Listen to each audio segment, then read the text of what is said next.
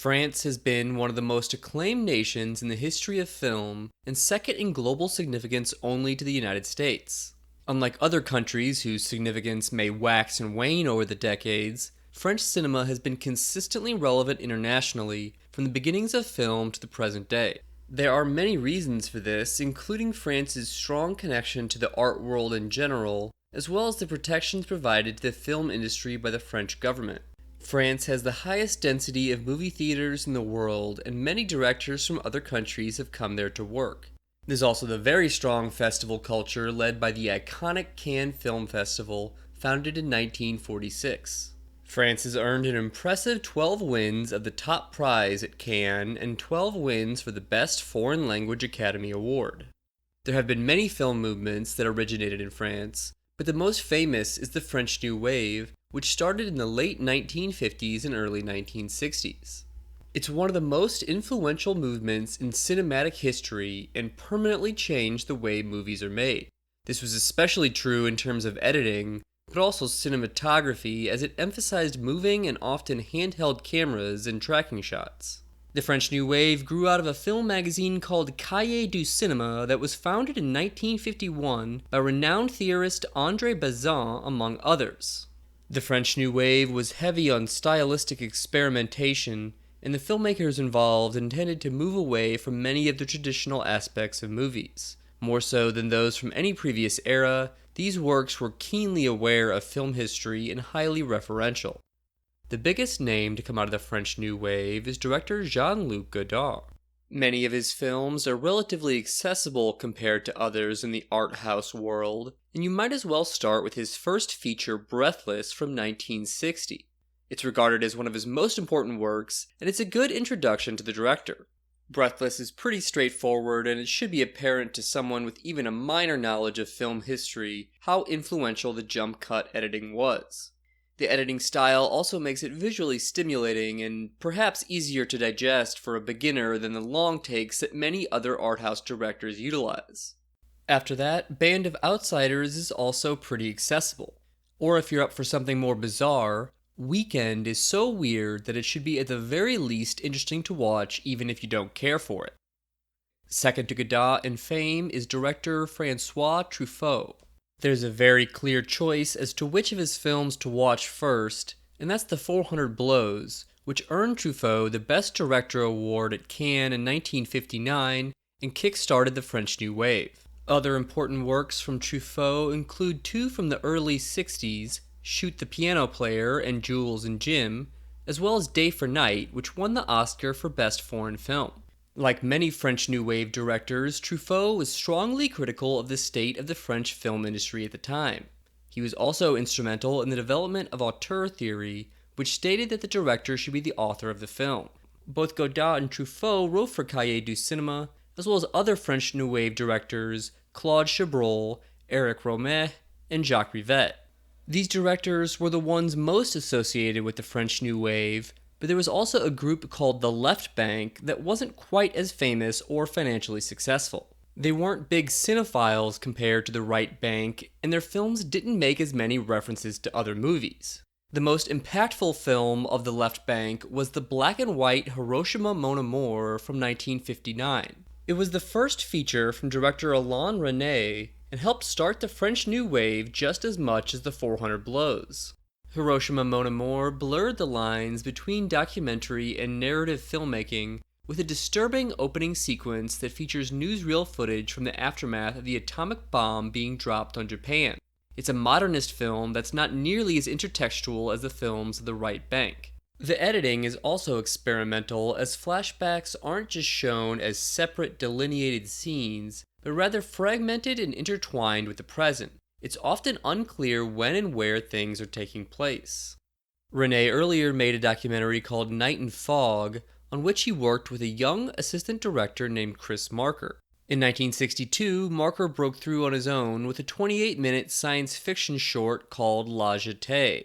It was boldly experimental in that it consisted almost entirely of still photographs and narration. La Jetée was later remade in 1995 by Terry Gilliam as 12 Monkeys. Another key left bank figure was Jacques Demy, and I highly recommend his musical The Umbrellas of Cherbourg. It's a beautiful film that's worth watching for its vibrant use of color alone. The movie is also a bit out of the ordinary in that it's what's called a sung-through musical, meaning there's no spoken dialogue whatsoever. Demy was married to another Left Bank director, Agnes Varda, who made her first feature Cleo from 5 to 7 in 1962. She later became the oldest person ever nominated for an Oscar for her documentary Faces Places. As I mentioned earlier, France has been hugely influential to cinema since the very beginning, as the medium was basically invented by the French. Generally considered to be the first motion picture, although it was never exhibited, the 2-second-long Roundhay garden scene was filmed in 1888 by French artist Louis Le Prince. The Lumiere brothers, Auguste and Louis, were massively influential in the early years of cinema, as they were the first to have a commercial and public projection of a film in 1895. This was the birth of movies as a form of mass media. Many of their shorts were simply static shots of real life, referred to as actualities, the earliest form of the documentary genre. Their most famous short was The Arrival of a Train from 1895, which is associated with the likely apocryphal story of an audience running in fear because they thought an actual train was about to crash into them. Equally as important, but in much different ways, was Georges Méliès. Making science fiction and fantasy shorts, he revolutionized special effects. His most well-known film is A Trip to the Moon from 1902, which features the iconic shot of a spaceship crashing into an anthropomorphized moon. Moving forward a couple decades, in the 1920s, there was a movement known as French Impressionist cinema, although some film historians disagree that these filmmakers should be grouped together at all. The Impressionists emphasized the personal vision of the artist and avoided making direct statements in their work. They did not want their films to be theatrical, and to achieve this goal they utilized naturalistic acting and location shooting. These filmmakers also experimented in terms of cinematography, using things like superimpositions and filters or shooting into curved mirrors. A crucial director described as a French Impressionist was Abel Gance. His magnum opus was Napoleon, and the original 6-hour version came out in 1927. It stands out largely due to a bold climactic triptych sequence where 3 images are combined horizontally for an unprecedented aspect ratio of 4:1. In addition to Gance, directors such as Jean Epstein and Germain Dulac were labeled French Impressionists. The 1930s saw the beginnings of a style called poetic realism, which commonly featured the working class or those on the margins of society, like prostitutes, gangsters, or murderers, and often had sad or bittersweet endings.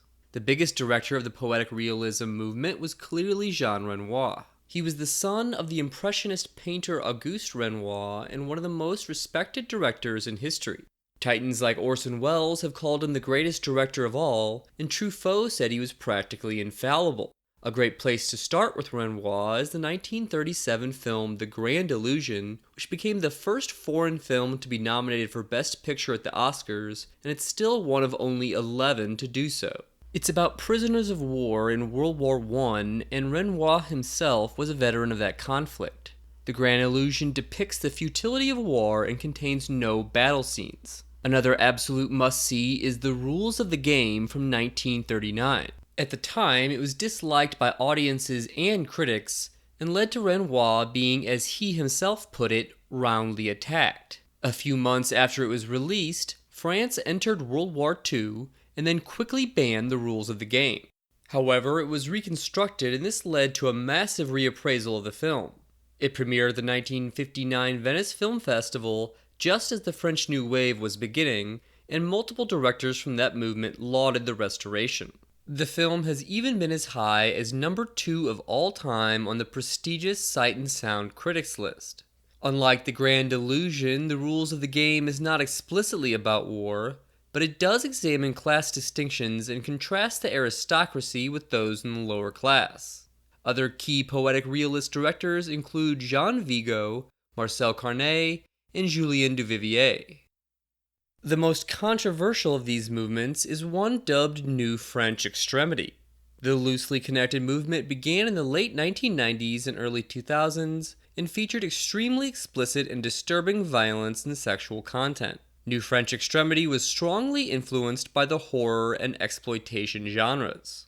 A great example of how controversial these films can be is in the work of director Gaspar Noé, who was born in Argentina and came to France in his youth. His first feature was in 1998 with I Stand Alone, but he really broke through with Irreversible in 2002. This film is often cited as among the most disturbing of all time due to its intense violence and infamous 9-minute rape scene. It also has some of the most unique cinematography I've ever seen, with a camera that spins and flips in almost impossible ways. Noé just released his best and most accessible film yet in Climax. François Ozon is another important part of New French Extremity, most notably making 8 Women and Swimming Pool in the 2000s. Director Claire Denis is also associated with New French Extremity and has made divisive films like Trouble Every Day from 2001. Films are still coming out that are described as part of the movement, like Raw, the cannibal horror film from 2016. Of course, there have been many great French filmmakers that aren't necessarily part of any particular movement.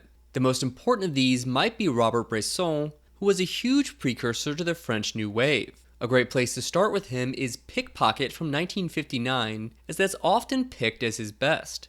I also highly recommend Auhazar Balthazar, which stars a donkey, and Diary of a Country Priest, which directly influenced one of the best films of 2018, First Reformed. Another legendary French director is Jacques Tati, and I think he's an excellent choice for beginners to art films, as his are much more comic than the at times depressing works of people like Ingmar Bergman or Andrei Tarkovsky. His movies from the 1950s, like Monsieur Hulot's Holiday and Mon Oncle, are full of visual comedy and never somber like so much of art cinema. However, an absolute must-watch is Playtime, a visually striking, quirky film, and to me among the greatest movies of the era. Although directed by the Danish Carl Theodor Dreyer, the 1928 The Passion of Joan of Arc was a French production and easily among the greatest silent movies. It features one of the best performances in cinema history, emphasized by lengthy, expressive close-ups. A more recent director, Jean-Pierre Jeunet, made Amélie in 2001, and it's actually a great film for beginners to French or foreign cinema in general, as it's highly accessible and never boring. He also directed Delicatessen and The City of Lost Children, which are both essential viewing. The French film industry is still going strong, with internationally acclaimed movies like Blue is the Warmest Color, which unanimously won the Palme d'Or in 2013, and the 2017 film BPM, which also won awards at that year's Cannes. Other films I will just quickly mention are The Wages of Fear from director Henri-Georges Clouzot, the Three Colors trilogy by Krzysztof Kieślowski, Louis Malle's Au revoir les enfants, Jean-Pierre Melville's Les Samurai, and La Haine, written and directed by Matthew Kassovitz. That'll be it for this video. Please don't forget to subscribe, and thanks for watching.